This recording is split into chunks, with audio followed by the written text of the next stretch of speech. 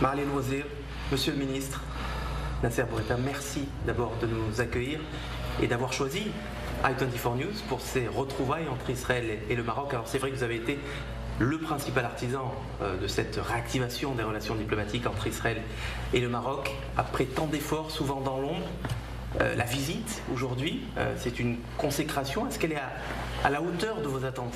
D'abord, le principal visionnaire, principal artisan de ce qui s'est passé, c'est bien Sa Majesté le roi Mohammed VI, qui dès la première rencontre en mai 2018 a cru en ce processus, s'est impliqué dans ce processus et a veillé à ce que ce processus se déroule à la manière qu'aime Sa Majesté, discrète, efficace et avec conviction.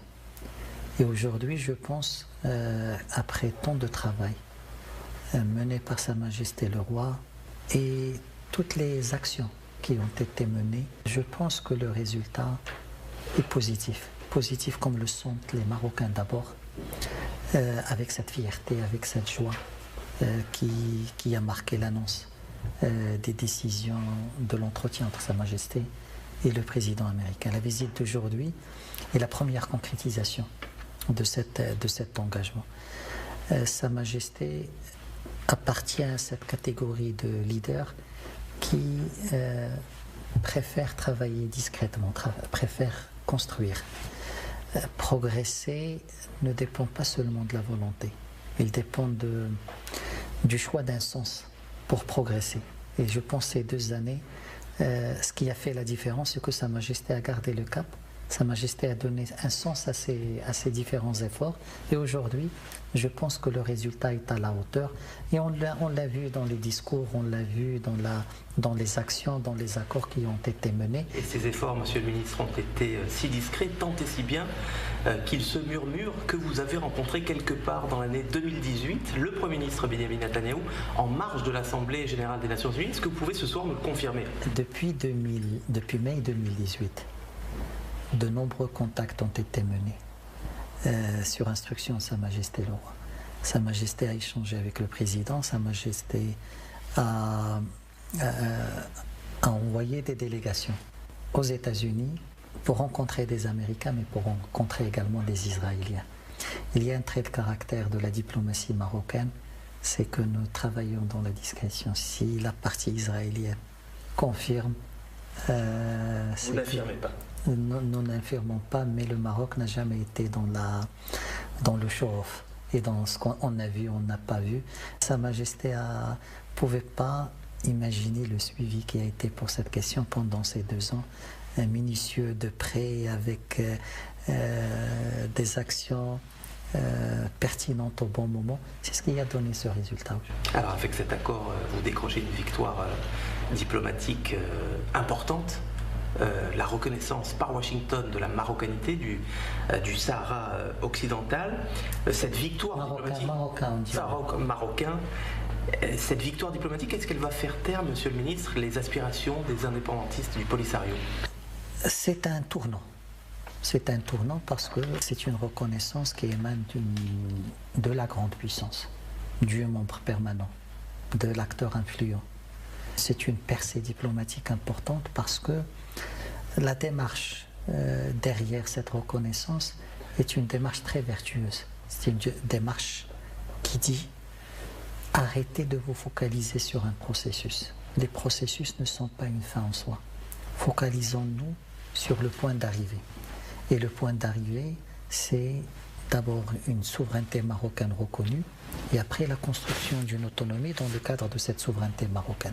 La décision américaine est importante parce que c'est cet acteur mondial important, mais également parce qu'il donne un sens aux efforts de la communauté internationale. Aujourd'hui, tout le monde est interpellé. Faudrait-il continuer à encourager un processus pour ce qu'il est? Ou faut-il donner un sens à cet effort international avec un point d'arrivée? Aujourd'hui, et même depuis au moins 10 ans, un ancien envoyé personnel avait dit « l'indépendance n'est pas une option réaliste ». Depuis 13 ans, Les États-Unis ont dit l'autonomie sérieuse, crédible et réaliste. La France le dit. Aujourd'hui, ce qu'a fait l'administration américaine, c'est pousser cette logique jusqu'au bout pour dire, puisqu'on reconnaît que l'autonomie est la solution, allons-y. Régler une question, la question épineuse finalement. Pensez-vous que Joe Biden, qui rentre à la Maison-Blanche au mois de janvier prochain, sera lui aussi engagé et tenu cette décision présidentielle de Donald Trump? Tout ce qui favorise la paix est à encourager. Aujourd'hui, le paquet qui vient d'être signé, où il y a la reconnaissance de la marocanité du Sahara, la consécration de cette vocation de paix qu'a le Maroc et qu'a Sa Majesté, et la réactivation des mesures de coopération avec Israël, ce paquet, je pense, c'est un acquis important pour la paix et pour la stabilité régionale, au Maghreb et au Moyen-Orient. Et je pense que la nouvelle administration américaine va trouver cet acquis, et la question devrait être comment le fructifier, comment le renforcer, parce que depuis des années, on tournait en rond. Et aujourd'hui, une relation entre le Maroc et Israël, une perspective d'une solution au Sahara à travers l'autonomie, je pense que ce sont des atouts entre les mains de cette nouvelle administration, et le Maroc est prêt à travailler avec cette nouvelle administration dans le cadre de cet acquis.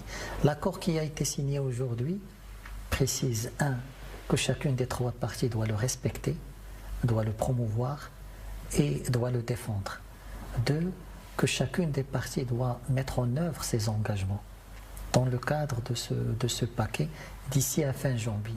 Et 3, que chacune des parties doit agir au niveau bilatéral, au niveau régional, au niveau multilatéral, dans l'esprit et la lettre de cet engagement. Je pense que le Maroc a toujours été transparent, clair et loyal, et le Maroc continuera à agir avec cet esprit. Le Maroc, monsieur le ministre, est un pays qui traditionnellement a toujours été attaché à la cause palestinienne. Le Maroc préside le comité Al-Quds, l'organisation islamique. Qu'avez-vous à dire ce soir aux Palestiniens qui se sentent déçus par cet accord, et puis aux Marocains aussi qui s'identifient à cette cause palestinienne? Je pense que d'abord la plupart des Palestiniens, la quasi-totalité des Marocains, ne sont pas dans cet amalgame, ils ne sont pas dans cette confusion, ils font la part des choses. Défendre la cause palestinienne n'est pas incompatible avec des relations normales avec Israël. Défendre la cause palestinienne n'est pas contraire à la promotion de la coopération avec Israël. Le Maroc l'a prouvé de par son histoire. Ce n'est pas la première fois que le Maroc a établi des relations. Et le Maroc a toujours mis les outils de coopération, les liens avec Israël, au service de la paix dans cette région. Le Maroc n'a jamais été dans les extrêmes. Le Maroc a toujours été dans le rapprochement entre les protagonistes. D'ailleurs, l'islam, l'exégèse plus souple de l'islam, une lecture moins rigoriste, qu'on voit d'ailleurs aussi évoluer aux Émirats Arabes Unis, à Bahreïn, en Arabie Saoudite aussi, avec les droits qu'on réserve aux femmes aujourd'hui, le permis de conduire pour les femmes, etc. Ça passe par ça aussi, la paix, c'est-à-dire le soft power marocain en termes de diplomatie religieuse, ça contribue ça aussi au rapprochement avec Israël? C'est sûr que le modèle marocain a inspiré les efforts de paix du Maroc, parce que au Maroc, la cohabitation entre juifs et musulmans n'est pas une vue d'esprit, c'est une réalité de l'histoire, c'est une réalité que les Marocains ont vécue. Inscrite même dans la Constitution révisée de 2013. Et dans l'institution de la commanderie des croyants. Dans l'histoire du Maroc, il y a des chapitres qui devraient être enseignés même au Moyen-Orient. Ils sont enseignés d'ailleurs dans les manuels scolaires marocains. Et donc le Maroc a cette vocation. Et le Maroc ne fait pas un effort pour le démontrer. C'est naturel. C'est ce qu'a dit aujourd'hui Sa Majesté à la délégation américaine et israélienne. Ce que fait le Maroc, c'est naturel. Le Maroc ne cherche pas à surfaire une image ou pour plaire ou à saisir une opportunité pour avancer. Le Maroc, dans sa relation avec Israël, est dans sa vocation naturelle. Et on l'a vu dans le discours de M. Maher Ben Shabbat, comment c'est un discours du cœur. Prononcé en Darija, beaucoup d'émotions. C'est ça le Maroc. Et c'est ça qu'on trouvera nulle part ailleurs. Et c'est pour cela que le Maroc, dès le départ, et ce qui explique également les 2 ans, c'est pour dire ne traitez pas tout le monde de la même manière. Et le Maroc a une spécificité. Le Maroc a un contexte. Et le contexte marocain peut apporter une valeur ajoutée inestimable à l'effort de paix. C'est ça ce soft power marocain et c'est ça cette crédibilité qu'a Sa Majesté le Roi. Comparé, la Ligue arabe ne s'est pas réunie après la décision du Maroc. L'OCI, il n'y avait pas de convocation ou tous les débats qu'on a eus parce que justement les gens ont trouvé que l'action du Maroc est naturelle, sincère. Et lorsqu'aujourd'hui le Maroc dit que sa position est inchangée sur la cause palestinienne, que Sa Majesté, son rôle par rapport à Jérusalem demeure intact, c'est sincère. Mais lorsque le Maroc dit on va renforcer la relation avec Israël, on va aller vers une normalisation totale avec une relation diplomatique totale, le Maroc est également sincère.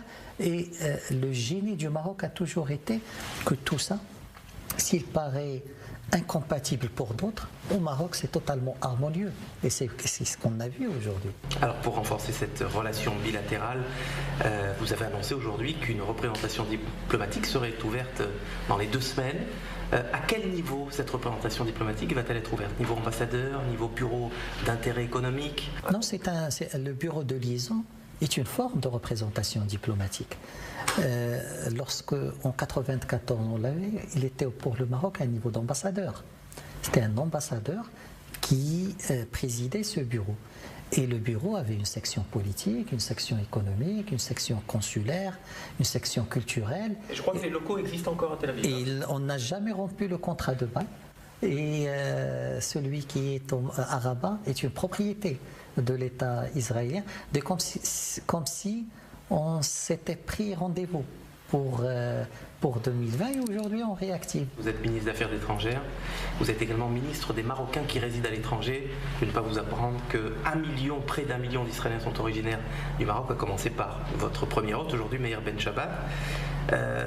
Quel message vous souhaiteriez leur faire passer, peut-être même face caméra, à ces Israéliens d'origine marocaine, francophones ou non, qu'ils parlent d'Arija ou non? Quel message vous souhaiteriez leur faire passer ce soir via l'antenne d'I24? C'est marhaba bikom, mais au-delà du 1 million qui n'ont jamais rompu le lien avec le Maroc, je pense qu'aujourd'hui, cette nouvelle page ou cette réactivation de la relation concerne toute la population d'Israël. Il y a le 1 million, mais également il y a toute la population qui doit venir voir ce pays, doit venir voir ce modèle où musulmans, juifs ont toujours cohabité.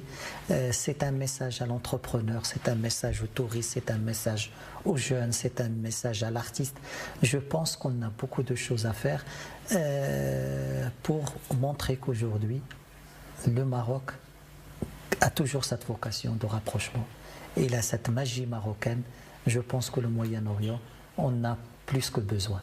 Maali El-Wazir, Nasser Bourita, Shukran Jazilan. Merci beaucoup de nous avoir reçus dans votre bureau ici à Rabat. C'est un grand plaisir. Merci.